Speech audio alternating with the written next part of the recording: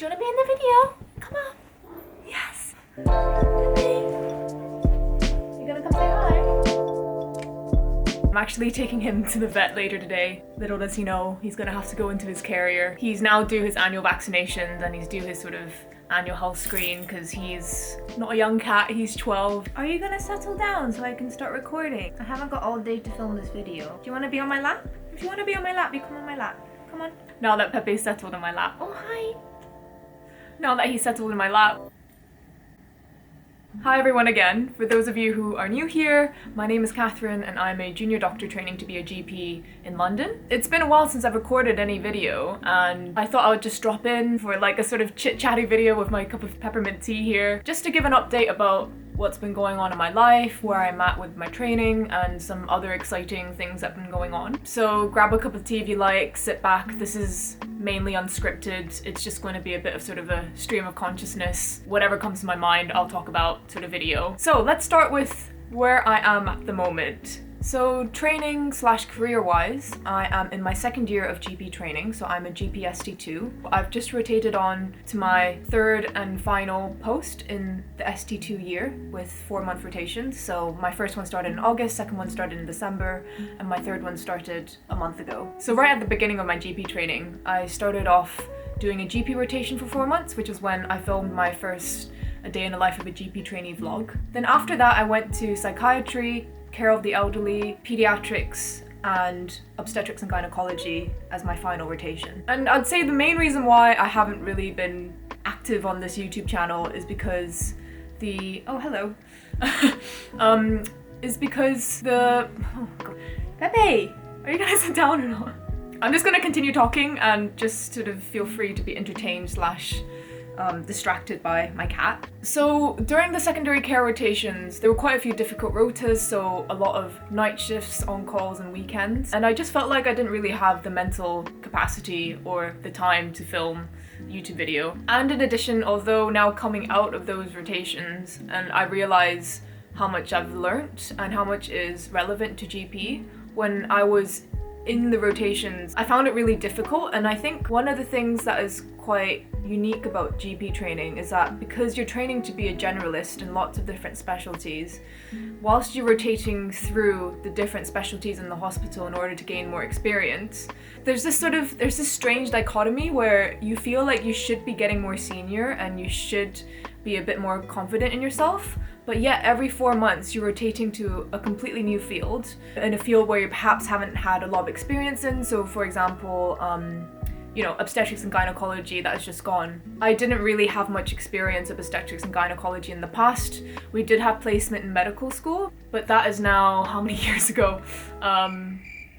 6 years ago. So I definitely think that is a big challenge with GP training. Feeling like on one hand you should be getting more senior and more confident, but on the other hand, just the nature of the work and the rotations that you're going through inevitably means that your confidence gets knocked every 4 months because you're working with a new team, a new environment, different patients, different nurses. And one of my friends made a really good point. She said, in what other job, what other career would you be expected to completely change the way that you work every 4 months? This has been the case since F1 and 2 for me, so it's been 4 years of constantly changing every 4 months. If you're lucky enough to stay in the same hospital, you don't have to sort out access, IT access, HR, document checks, but often you're rotating between different settings and you have to go through the same bureaucratic NHS stuff. I'm sure if you work within the system, you know exactly what I mean. So yeah, I'm very glad to be at the end of my hospital jobs.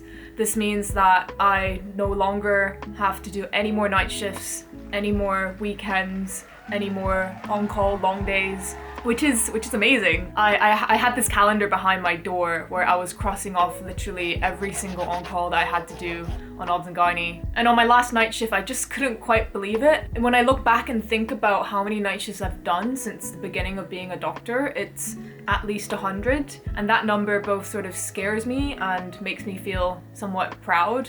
I'm not someone who really handles night shifts well at all. Not only the physical stress on your body, but I think I'm just wired to sleep at night. I mean, I think everyone is, but I notice some of my colleagues are able to handle it a lot better than I am. I get extremely moody. I don't have any emotional regulation either before or after a set of night shifts, and this often has a lot of knock-on effects to the rest of my life. So I don't exercise as well, I don't eat as well, I don't feel like I want to go out and meet my friends, you know, all the things I would normally do to take care of myself, and it just makes me feel utterly crap. So very glad not to have to deal with night shifts again. Definitely, you know, it was one of the big non-negotiables when I was thinking about what specialty to apply for. To understand the level of dislike that I have towards night shifts, even if there was a dream job that ticked all the right things on paper, if it involves doing night shifts, that would be an automatic write-off for me. And that sounds a bit extreme, but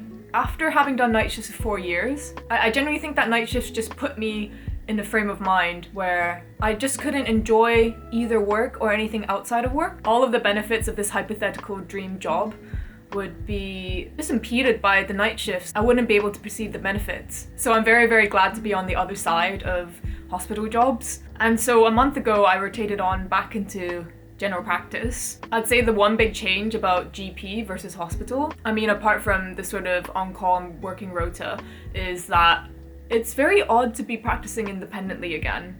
Now, what I mean by this is that in the hospital, as a SHO or senior health officer, you mostly carry out the plans that your seniors, so your registrars or your consultants, give to you. And although you can sort of make your input known and that will be taken into account of when making a plan for a patient, in general practice, it's just you and the patient. And it's just a very different style of consulting. So I've definitely had a bit of an adjustment period, readjusting back to practicing independently. But it feels good, and it feels like I've come back home, which is a really good feeling to have because it makes me feel like this is definitely the right specialty for me. The second big thing that has been taking up quite a lot of my time is studying for the AKT. So for those of you who don't know about GP training or don't know what the AKT is, it stands for the Applied Knowledge Test. And this is the written exam, well, multiple choice exam that is required in order to be registered with the Royal College of General Practitioners.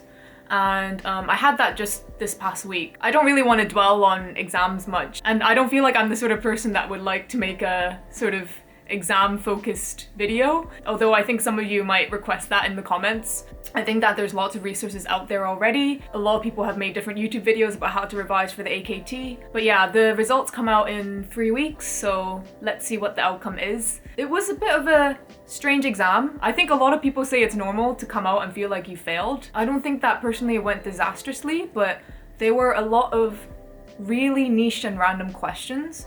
And I mean, maybe it's not that much as a proportion of all the questions, and maybe I've got this sort of negative recall bias. And I guess what I'm trying to say is that it's a bit annoying to revise such a big breadth of knowledge and to have such niche questions that wouldn't really fall within the remit of primary care, I would say, come up on the exam. But you know, exams are exams, and fingers crossed I've passed.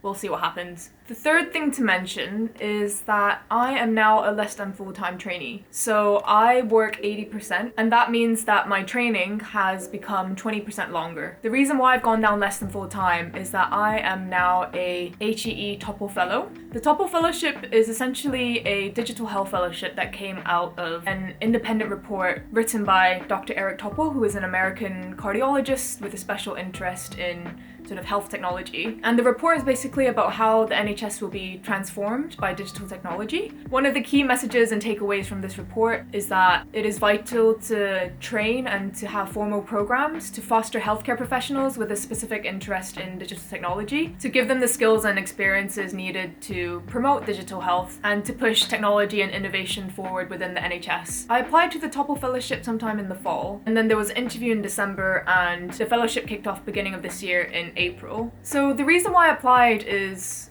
a few reasons really. The first one is that I've always been interested in digital health. I think that it's such an exciting area. There's so much potential to improve patient outcomes through technology. The second thing is that whilst I was going through my secondary care placements, I just felt like there was a real lack of time for deep thinking, and actually to have time, experience, and skills to tackle problems that I was facing. And increasingly as I go on in my career, I find that I'm more drawn to trying to catalyze system change and trying to make change on a bigger level. With my training now going down to 80%, I now have a full protected day, which I solely do Topol Fellowship work.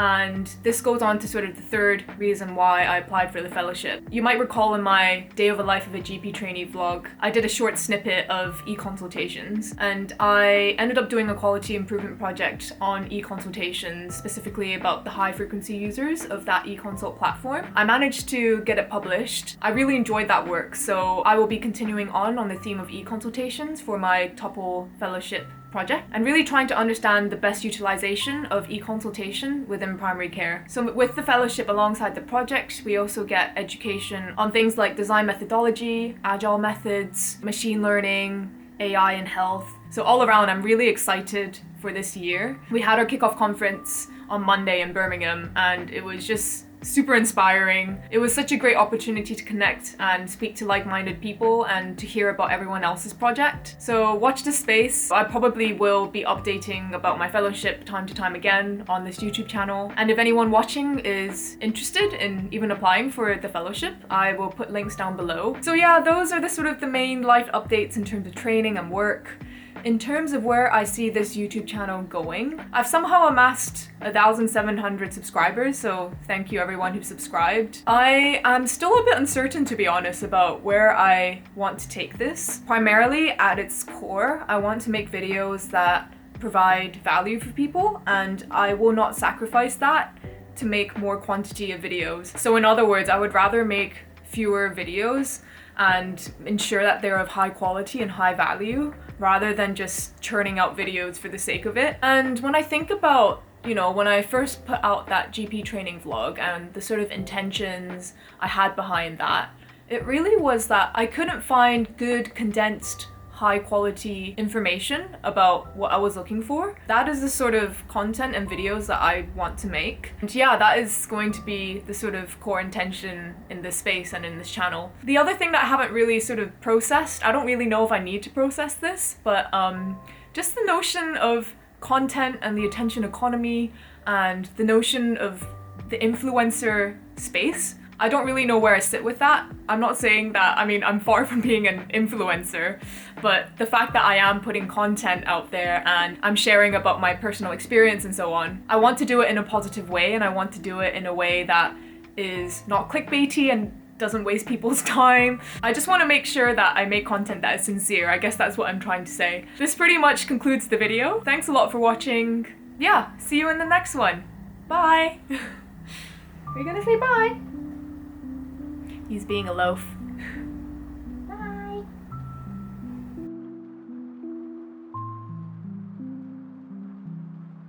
What's a video version of photobombed? Video bombed?